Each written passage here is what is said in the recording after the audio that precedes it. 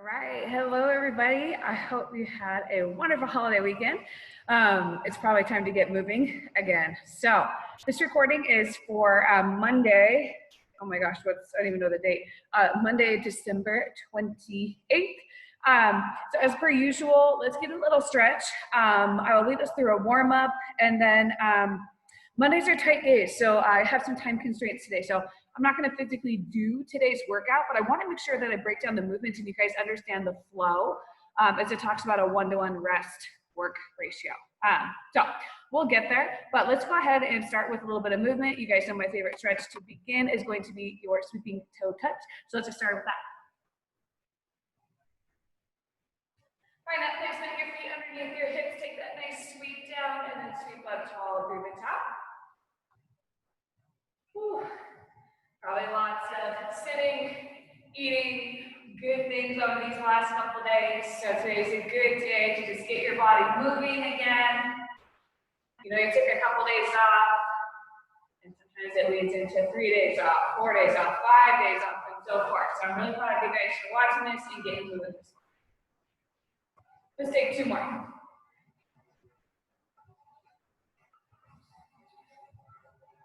Good. Let's find some Samson lunge. We'll just take that stretch in the opposite direction. Reach up, reach tall. If you like to reach side to side, you can.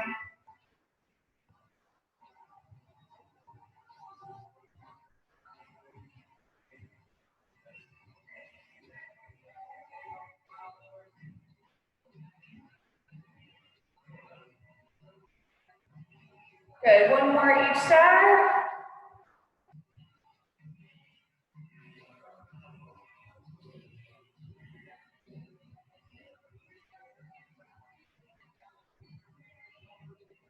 Good. Let's tuck our knee up to the earth and chest. Take some of those circles if that feels good.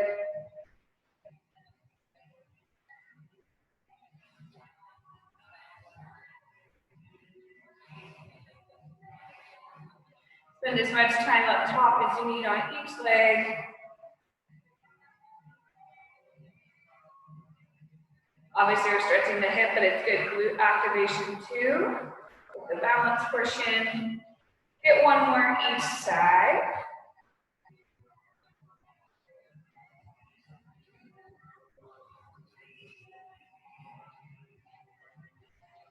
Good. We're kind of moving all planes of motion here. So that lateral lunge, side to side. That good stretch out long.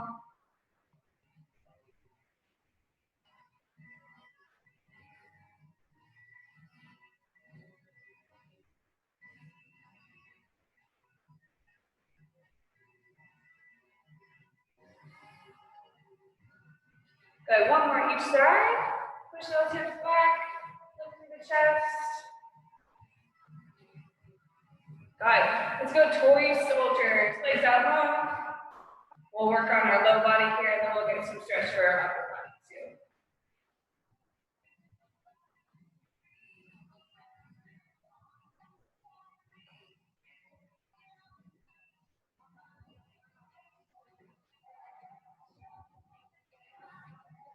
Good. A couple more each leg.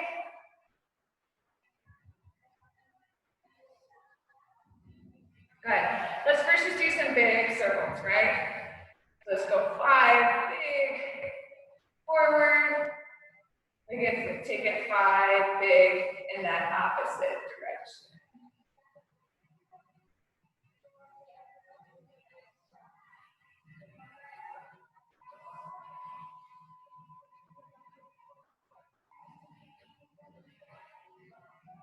Good. Let's do some pike touchbacks. You might not have done these for a while, so you're up in that pike position. You're sending your hips up nice and high. We're going to load up those shoulders, reach across, and reach back. That should stretch through your shoulders as well as your hamstrings. Let's get about 5 on each side.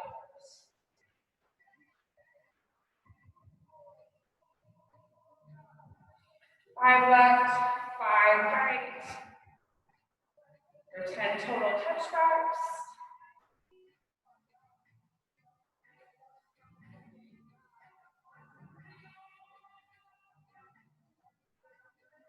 Good. Let's find some scorpions as well. We have some push-ups today, so I do want that low back engaged. You want to protect it today. So remember, scorpions, if I was laying on the floor, if my chest was on the floor, those arms are out wide, and that leg is going to sneak around side to side. I obviously cannot lay on the ground, so pretend that I am. Or you can take the action that I'm going to do on the floor. Shoulders planted to the floor. You can do the same thing, but that leg to sneak across the top. Okay? So we're just looking to stretch through that spine. Alternate your sides. Try to keep your shoulder blades to the floor. If you want to enhance your stretch, you take your gaze into the arm that's extended out long away from the leg. That can help. Get about 2 more on each side.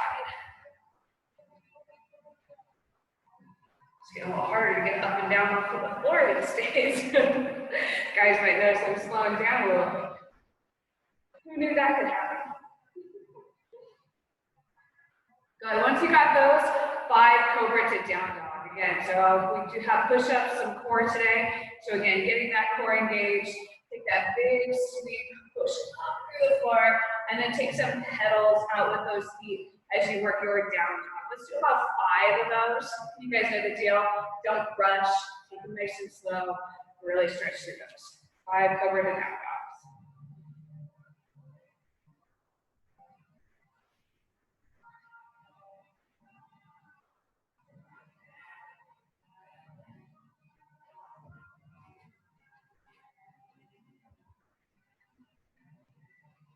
Okay, so as we're wrapping those up, let's talk about the warm-up. The warm-up is going to be 3 rounds, so it's not for time.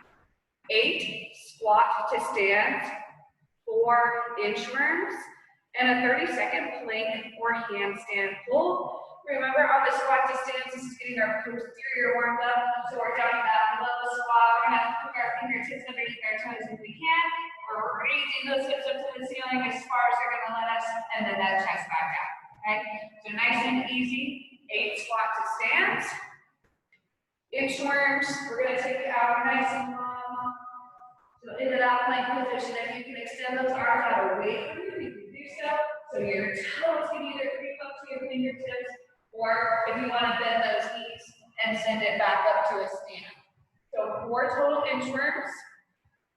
Plank hold of any style, so if you want to be on your forearms or your palms, or if you've got space and you want to kick up into a handstand hold, you can do that as well.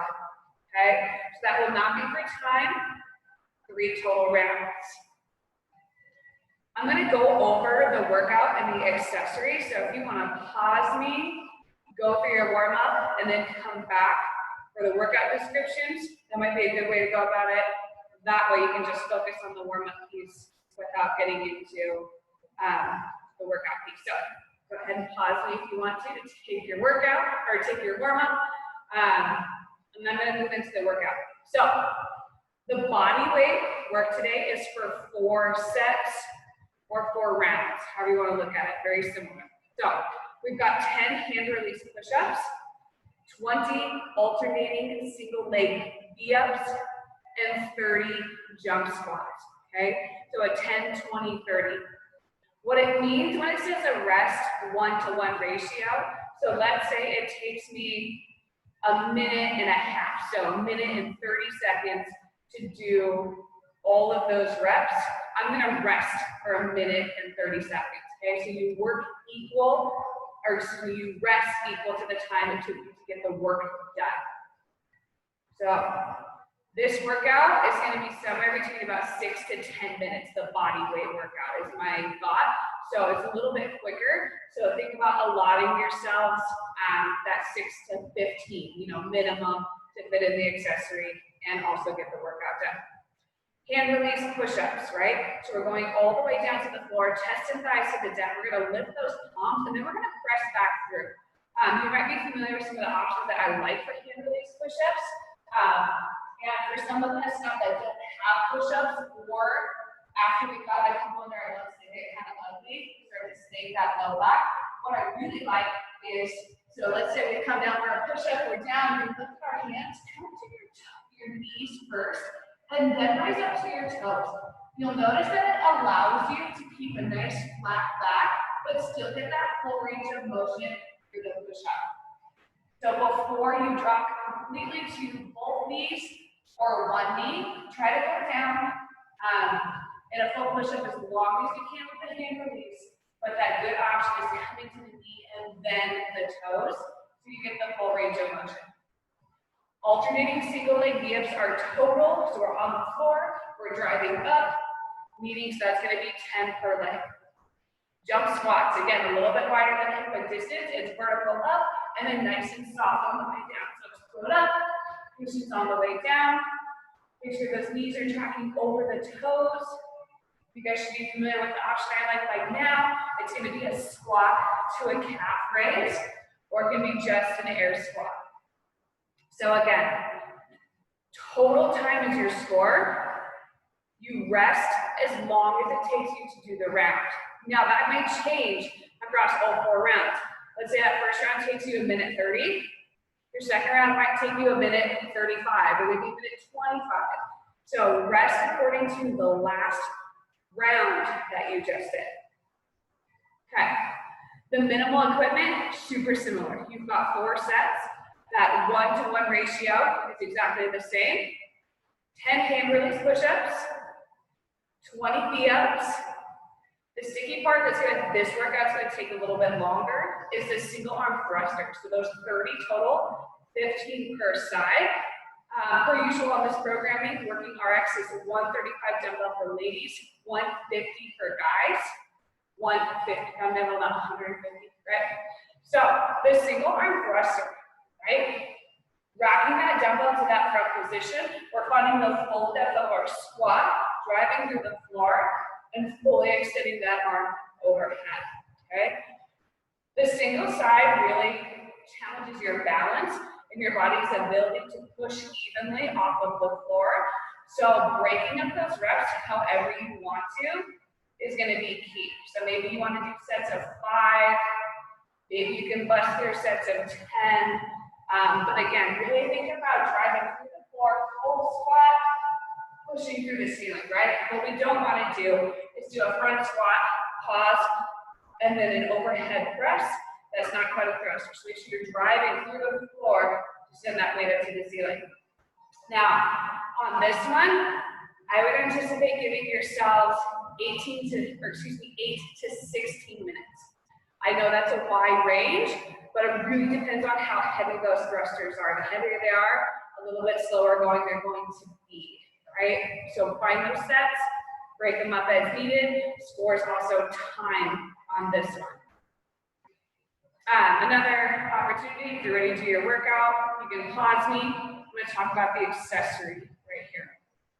So, accessory work, a couple minutes after you've taken some recovery time from your workout, or save it for later in the day if you do not have time. But again, always plug in that accessory work.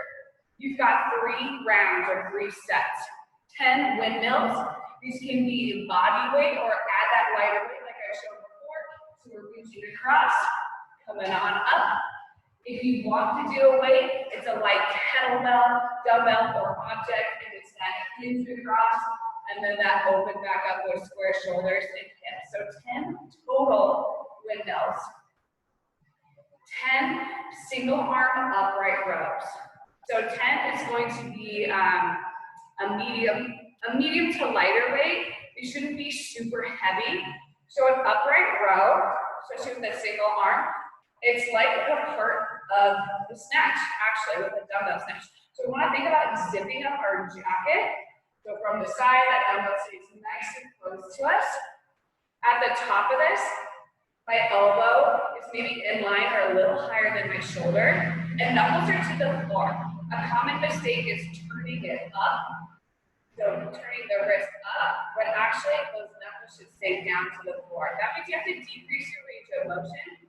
That's all right, okay? But we are squeezing and driving through the delts, the traps, and a little through the tricep, okay? So that's gonna be 10 single arm upright rows. If you don't have a dumbbell object, you can also do that with a resistance band, either standing on it or with a foot, okay?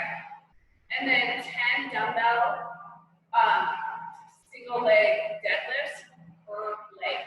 So again, if you've got an object, a dumbbell, a kettlebell, it's going to be both hands. If you've got a kettlebell, both hands on the handle, you can hold the two outside edges of a dumbbell, or if you've got an object that you can handle with two hands, that's going to be 10 per side, okay? So working that balance, really squeezing and driving, taking those as slow as you can, okay? I hope you guys have a wonderful workout today, getting back into the swing of things.